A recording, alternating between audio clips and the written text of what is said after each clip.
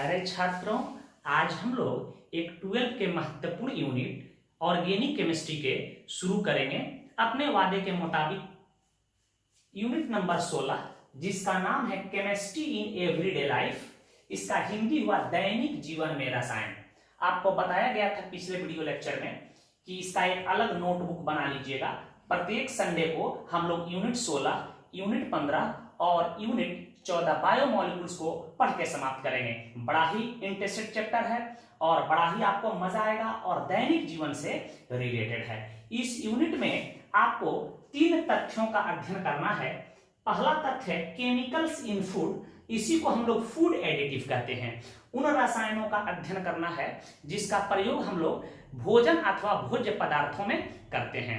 जैसे आप कुरकुरे खाते हैं, उसमें नाइट्रोजन गैस भरा रहता है। आप देखते हैं जाम खाते हैं, अचार मार्केट से लाते हैं, महीनों महीनों रहता है, खराब नहीं होता है, तो उसमें कौन ऐसा चीज मिला दिया गया है जिससे वह खराब नहीं हो। तो उन तमाम केमिकल्स का हम लोग अध्ययन करेंगे जिसका प्रयोग हम लोग खाना में करते हैं।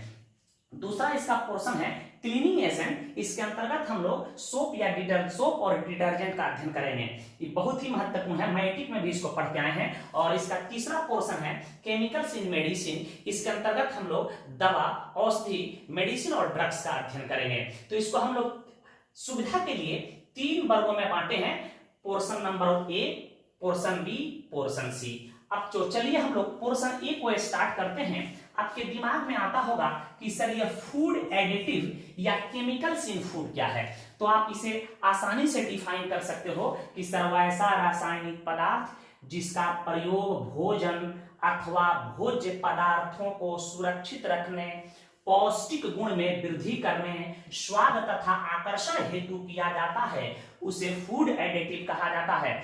वैसा रासायनिक पदार्थ जिसका प्रयोग खाना को सुंदर दिखने के लिए, खाना को आकर्षित दिखने के लिए, उसके पौष्टिक गुण में वृद्धि करने के लिए, दीर्घकाल तक उसको जीवाणुओं, विषाणुओं, कवक, फफूंदियों से सुरक्षित रखने हेतु हम लोग प्रयोग करते हैं, उसी केमिकल्स को हम लोग फूड एडिटिव्स के नाम से जानते हैं। इसके अंतर्गत बहुत सारे पदार्थ आ सकते हैं, जैसे फूड कलर, खाने वाला रंग। जैसे आपके घर पुलाव बनता होगा, बिरयानी बनता होगा, उसके में मम्मी आपकी क्या करती होंगी, चंपाई रंग डाल देती होंगी, पुलाव अट्रैक्टिव दिखने लगता होगा। फ्लेवर्स देखिएगा, बिरयानी बनता होगा, हलवा बनता होगा, मिठाई बनता होगा, तो उसमें विभिन्न प्रकार का केवड़ा जल, इत्र हम लोग डाल देते हैं ताकि वह दूर तक महके। आर्टिफिशियल स्वीटनर्स, आइसक्रीम बनाने में कृत्रिम मधुरक का प्रयोग करते हैं। यह चीनी के तरह ही मीठा पदार्थ है, चीनी से ज्यादा मीठा होता है, लेकिन यह आपके शरीर में कैलोरी को ऐड नहीं करता। तो आर्टिफिशियल स्वीटनर्स हो सकते हैं, फूड प्रिजर्वेटिव हो सकते हैं, जो खाद्य परिरक्षक इसका हिंदी होता है, जो खाने को सुरक्षित रखता है दीर्घकाल तक। एंटीऑक्सीडेंट हो सकते हैं। ये तमाम जितने केमिकल्स देख रहे हैं, इन्हीं को हम लोग फूड एडिटिव्स कह सकते हैं। याद रखिएगा, इसमें नो न्यूट्रिटिव वैल्यू, इसका पौष्टिक मान नहीं होता है। ये खाने से हमारे शरीर को ऊर्जा, कैलोरी नहीं मिलती है। तो पहले इसे नोट कर लें। आपके सिलेबस में फूड एडिटिव में केवल पढ़ना है आर्टिफिशियल स्वीटनेस के बारे में और फूड प्रिजर्वेटिव के बारे में, लेकिन मैं फूड कलर का, एंटीऑक्सीडेंट का और फूड प्रिजर्वेटिव का भी मैं चर्चा कर दूंगा, ताकि आपको आने वाले कोई कंपटीशन का एग्जाम हो, UPSC, BPSC, general competition, railway SSC, आपको कहीं दिक्कत नहीं हो। तो पहले इसे नोट करें। हम लोग पढ़ेंगे सबसे पहले कि फूड प्रिजर्वेटिव्स क्या है, कौन कौन ऐसे केमिकल होते हैं जो खाने को दीर्घकाल तक जीवाणुओं से, कवक से, फफूंदियों से, इष्ट से सुरक्षित रखते हैं। तो पहले इसे नोट कर लें, साफ साफ नोटबुक एक बना लीजिएगा ताकि आगे आपको दिक्कत नहीं हो। तो चलिए हम लोग फूड प्रिजर्वेटिव को समझ लेते हैं, जिसको खाद्य परिरक्षक कहा जाता है। बोर्ड एग्जाम में इससे ऑब्जेक्टिव क्वेश्चन या फिर 2 अंकों का प्रश्न आपसे लिखने के लिए पूछ देगा। पूरा गौर से समझिएगा। 1-2 आप फूड प्रिजर्वेटिव्स का नाम याद रखिएगा। कोई पूछे कि फूड प्रिजर्वेटिव्स क्या है, तो आप जवाब दिएगा सर वैसा रासायनिक पदार्थ है जो भोजन अथवा भोज्य पदार्थों को दीर्घकाल तक जीवाणुओं, जिसको हम लोग बैक्टीरिया कहते हैं, ईस्ट, कवक, फफूंदी आदि से सुरक्षित रखता है, उसे फूड प्रिजर्वेटिव्स कहा जाता है। जो हमारे खाद्य पदार्थों को लंबे समय तक बैक्टीरिया से, ईस्ट से, कवक से, फफूंदी से बचाए, लंबे समय तक तो उसी केमिकल्स को हम लोग फूड प्रिजर्वेटिव्स के नाम से जानते हैं। इनके कुछ हम एग्जांपल बता रहे हैं। इन्हें भी हम लोग दो क्लास में बांटते हैं, दो कैटेगरी में बांटते हैं। एक जो हम अपने घर पे धड़ल्ले से यूज करते हैं डे टू डे लाइफ में, जैसे चीनी, टेबल साल्ट जिसको हम लोग NaCl कहते हैं, वेजिटेबल ऑयल जो खाने वाला तेल, सरसों का तेल हो, सूरजमुखी का तेल हो, नारियल का तेल हो, सोयाबीन का तेल हो, और स्पाइस मसाले।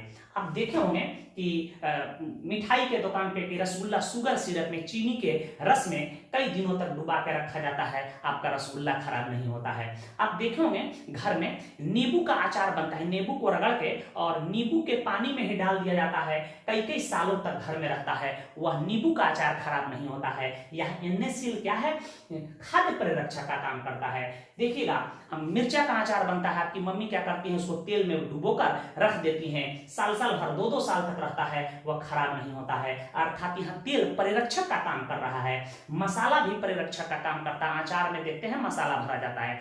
आप ऐसा देखे होंगे कि मीट जो हम लोग बनाते हैं वह रात में बनाते हैं, सुबह भी खा लेते हैं, फिर बच जाता है तो खा लेते हैं, लेकिन रात का बनाया हुआ सब्जी हो सकता है कि सुबह तक खराब हो जाए। मीट जल्दी नहीं खराब होता, उसका कारण है कि उसमें तेल ज्यादा पड़ता है, मसाला ज्यादा पड़ता है, इसलिए वो खराब होने से उसको बचाता है। तो ये घरेलू हम प्रिजर्वेटिव है, ये भी केमिकल्स हैं जिसका प्रयोग हम लोग डे टू डे लाइफ में करते हैं। यदि एग्जाम में पूछे कि फूड प्रिजर्वेटिव क्या है, उदाहरण दो, तो आपको इन एग्जाम्पल को नहीं लिखना है। कुछ केमिकल्स हैं जो धड़ल्ले से हमारे खाद्य पदार्थों में यूज होते हैं, उनको देख लीजिए। सोडियम बेंजोएट सबसे अधिक प्रयोग होने वाला यह खाद्य परिरक्षक है, इसको हम पढ़ाए भी हैं, C6H5COON।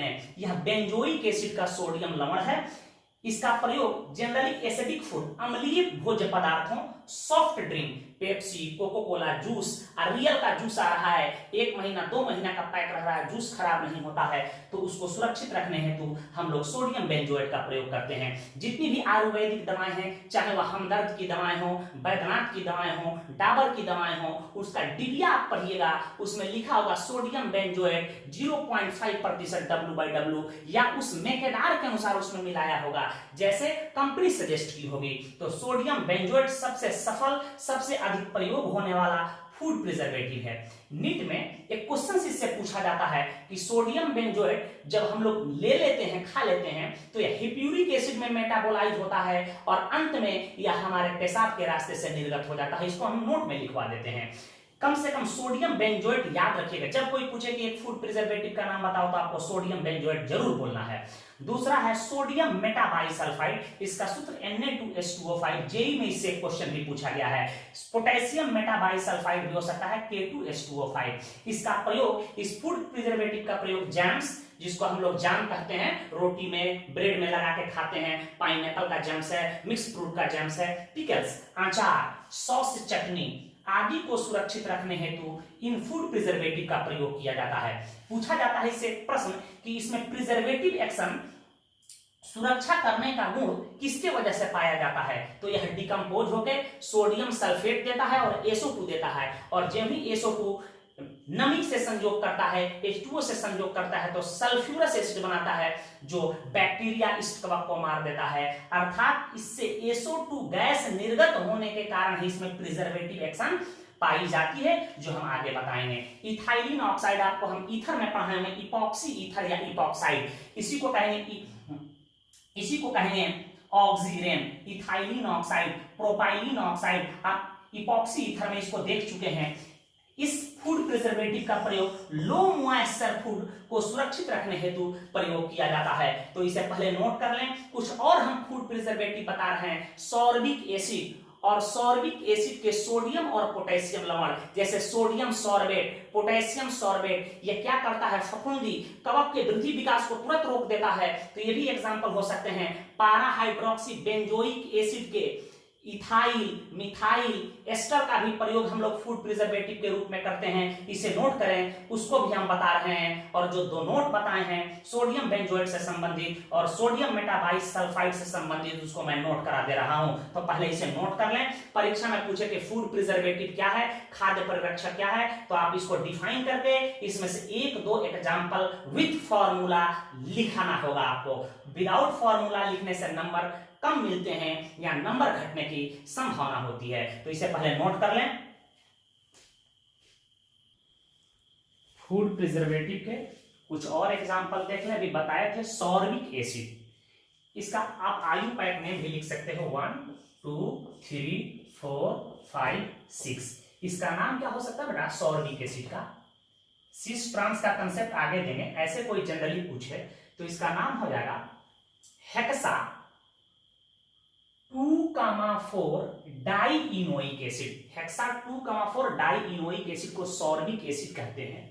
तथा इसके लवण, यदि इस H एटम को हटाकर यहाँ सोडियम लगा दें, पोटेशियम लगा दें, तो इसका सोडियम लवण और पोटेशियम लवण बन जाएगा सॉर्बिक एसिड। तथा इसके लवण जैसे सोडियम सॉर्बेट और पोटेशियम सॉर्बेट हो, तो ये भी फूड प्रिजर्वेटिव का काम करते हैं। जनरली करते क्या है, ईस्ट जो होते हैं कवक फफूंदी के वृद्धि विकास को रोकने का काम करता है। पारा हाइड्रोक्सी बेंजोइक एसिड के methyl, ethyl, propyl, heptyl ester भी क्या करते हैं, फूड प्रिजर्वेटिव का काम करते हैं। अब देखिए, आप एरोमेटिक कंपाउंड नहीं पढ़े, पारा क्या होता है समझ लीजिए।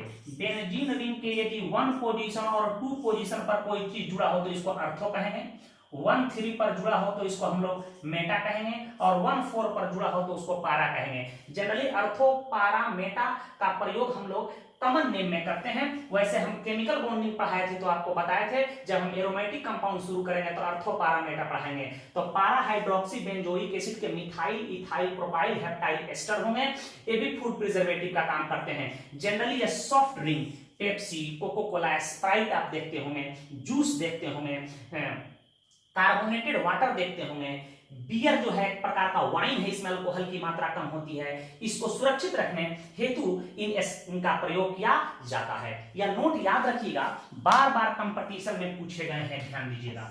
आपको अभी बताए हैं कि सोडियम बेंजोएट हिप्यूरिक एसिड, इसका फॉर्मूला यही होता है हिप्यूरिक एसिड का, भी ध्यान रखिएगा। हिप्यूरिक एसिड में मेटाबोलाइज होता है, मेटाबोलाइज हो जाता है जो अंत में पेशाब के रास्ते द्वारा निर्गत हो जाता है, और पेशाब के रास्ते द्वारा यदि हमारे शरीर में खाद्य पदार्थों में मिला हम खा लें तो पेशाब के रास्ते यह निर्गत हो जाता है। दूसरा क्वेश्चन ये जेईई में पूछा गया है कि सोडियम मेटाबाइसल्फाइड या सोडियम या पोटेशियम मेटाबाइसल्फाइड से SO2 गैस निर्गत होने के कारण इसमें परिरक्षण का गुण, प्रिजर्वेटिव एक्शन पाया जाता है। इसे आप पहले समझ लीजिए कैसे। जैसे देखिए Na2S2O5, यही सोडियम मेटाबाइसल्फाइड है, यह डिकम्पोज होकर सोडियम सल्फाइड देता है और SO2 देता है। यहां ध्यान दीजिएगा, सोडियम 2 है, सोडियम 2 है, सल्फर 2 है, सल्फर 2 है, ऑक्सीजन 5 है, तो ऑक्सीजन 3 2 5, इसको कहेंगे हम लोग सोडियम सल्फाइड और SO2। यही SO2 गैस निर्गत होने के कारण इसमें प्रिजर्वेटिव एक्शन पाई जाती है। यहां देखिए SO2 क्या करता है, यह जल से प्रतिक्रिया करता है। यह जल कहां से हम लोग लेंगे, फ्रॉम फूड। यदि खाने में नमी हो कोई फ्रॉम फूड, तो यह तुरंत नमी से संयोग करके हमको क्या देता है, ध्यान दीजिएगा H2SO3। इसी को कहते हैं सल्फ्यूरस अम्ल या हाइड्रोजन सल्फाइड। यह एक प्रकार का एसिड है, याद रखिएगा। और यह क्या करता है, kill the bacteria, kill the bacteria, kill the bacteria, यह बैक्टीरिया को क्या करता है, मार देता है। तो यह दो नोट याद रखिएगा। हम आपको होमवर्क देते हैं, नोट कर लीजिए। पहला क्वेश्चन पूछा जाएगा आपसे 2 मार्क्स का कि खाद्य परिरक्षक क्या है, उदाहरण दें। या आपसे ऐसे क्वेश्चन पूछ देगा कि 2 खाद्य परिरक्षक का नाम बताएं, तो आप सबसे पहला लिखिएगा सोडियम बेंजोएट C6H5COONA, और दूसरा लिख दीजिएगा सोडियम मेटाबाइसल्फाइड Na2S2O5। तो इन बातों को ध्यान में याद रखिएगा, इससे ऑब्जेक्टिव क्वेश्चन या फिर 2 मार्क्स का क्वेश्चन पूछा जा सकता है। इसे नोट करें। हम आपको एंटीऑक्सीडेंट की जानकारी दे रहे हैं। चलिए तो हम लोग एंटीऑक्सीडेंट को भी समझ लेते हैं। मैट्रिक के क्लास में आप विकृत गंधिता रेंसिडिटी ऑफ फूड पढ़ के आए होंगे। वहां बताया गया होगा कि वसायुक्त या तेल युक्त जब भोज्य पदार्थ हवा या वायु के द्वारा ऑक्सीकृत होते हैं तो उसका गंध और स्वाद अप्रिय हो जाता है। इसी को विकृत गंधिता या रेंसिडिटी ऑफ फूड कहा जाता है।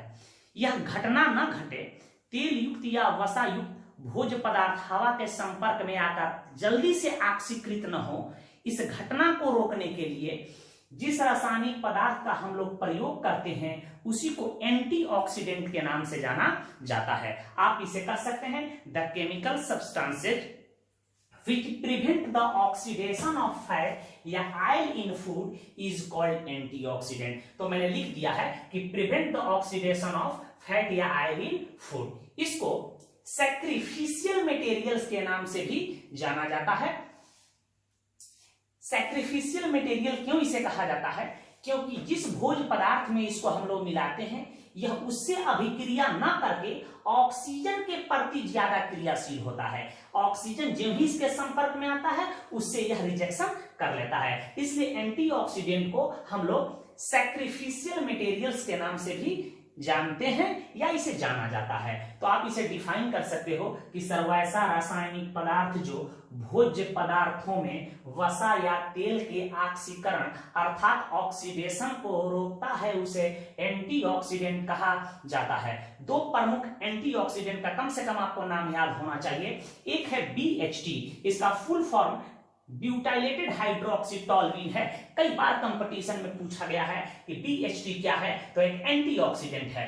इसका फुल फॉर्म क्या हुआ? ब्यूटाइलेटेड हाइड्रोक्सीटोलुइन। शॉर्ट फॉर्म में इसको BHT से सूचित करते हैं। इसका स्ट्रक्चर कैसे बनाया जाता है उसको भी ध्यान में रखिएगा। यहां OH ग्रुप को जोड़ दो और यहां मिथाइल को जोड़ दो और यहां टर्शियरी ब्यूटाइल ग्रुप को जोड़ दो, यहां टर्शियरी ब्यूटाइल ग्रुप को जोड़ दो। आप इसका IUPAC नेम भी लिख सकते हैं 1 2 3 4 5 6। इसका नाम हो सकता है 2,6 di tertiary butyl 4 methyl phenol. बात समझ गए होंगे। दूसरा महत्वपूर्ण एंटीऑक्सीडेंट है जिसका नाम है BHA। इसका फुल फॉर्म होता है ब्यूटाइलेटेड हाइड्रोक्सी एनिसोल। यह मक्खन के लिए बड़ा ही अच्छा एंटीऑक्सीडेंट माना जाता है। यह बटर के लिए बहुत अच्छा एंटीऑक्सीडेंट है। यह इसके भंडारण अवधि को महीनों से वर्षों में वृद्धि कर देता है। यदि मक्खन 2 माह में खराब होने वाला है, 3 माह में खराब होने वाला है, यदि उसमें BHA को ऐड कर दिया जाए तो यह मक्खन के लाइफ को बढ़ा देगा। वह 2 साल 3 साल के बाद मक्खन खराब होगा। तो इस बात को याद रखिएगा। इसका स्ट्रक्चर बहुत सारे पुस्तकों में गलत बनाया है। आप जानिए कि यह 2 कंपाउंड का जनरली मिक्सचर होता है। इसे भी आप बैठा लीजिएगा दिमाग में। यहां मिथॉक्सी ग्रुप को जोड़ दो, यहां टर्शियरी ब्यूटाइल ग्रुप को जोड़ दो और यहां OH लगा दो, यहां मिथॉक्सी लगा दो और यहां टर्शियरी ब्यूटाइल ग्रुप को जोड़ दो। आप इसका IUPAC नेम भी लिख सकते हो। इन्हीं 2 यौगिकों का यह मिश्रण होता है, यही BHA का स्ट्रक्चर हुआ। एक और बात याद रखिएगा, यदि BHT और BHA को ब्यूटाइलेटेड हाइड्रोक्सी एनिसोल को एस्कॉर्बिक एसिड जिसको विटामिन C कहते हैं या साइट्रिक एसिड के साथ मिश्रित करके यूज किया जाए तो इसका प्रभाव और अधिक हो जाता है। क्लियर है? ये और अधिक प्रभावशाली हो जाता है। नोट में यह बात याद रखिएगा जो बार बार कंपटीशन में पूछे जाते हैं। SO2 sulphur dioxide, Na2SO3 sodium sulphide और Na2H2O5 सोडियम मेटाबाइसल्फाइड या फूड प्रिजर्वेटिव भी हैं, खाद्य परिरक्षक भी हैं। इनका प्रयोग एंटीऑक्सीडेंट के रूप में भी किया जाता है। वाइन जिसको शराब मदिरा कहते हैं, वियर ड्राई फ्रूट्स जिसको कहते हैं काजू किशमिश ड्राई फ्रूट्स आदि के लिए ये एंटीऑक्सीडेंट का कार्य करते हैं। विटामिन C का नाम सुने हैं जिसको एस्कॉर्बिक एसिड कहते हैं।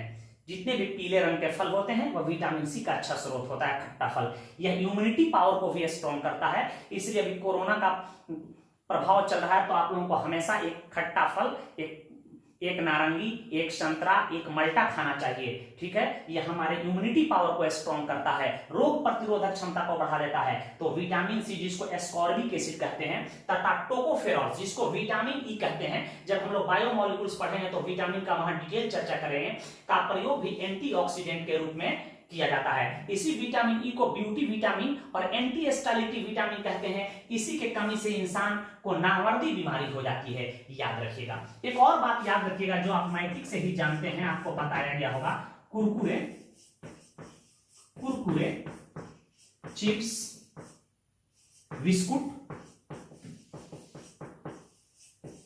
के पैकेट में नाइट्रोजन गैस इनर्ट नेचर का होता है, नाइट्रोजन गैस भर दिया जाता है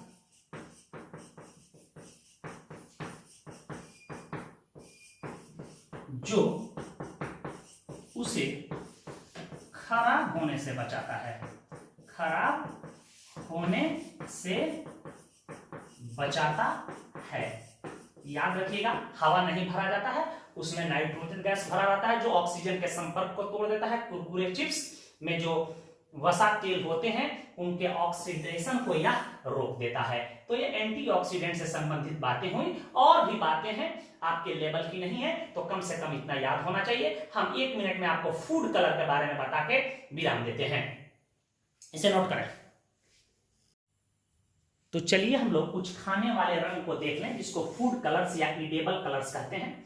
ये भी 2 प्रकार के हो सकते हैं, आर्टिफिशियल कलर्स और नेचुरल कलर्स। आर्टिफिशियल का कृत्रिम कलर्स में बहुत ही प्रचलित ये कलर्स है टेट्राजीन। यह लाइट येलो कलर का होता है या भिन्न भिन्न विलायकों में अलग अलग रंग दे सकता है, लेकिन इसका एक बहुत ही बड़ा साइड इफेक्ट है कि यह कैंसर उत्पन्न करता है या कार्सियोजेनिक होता है।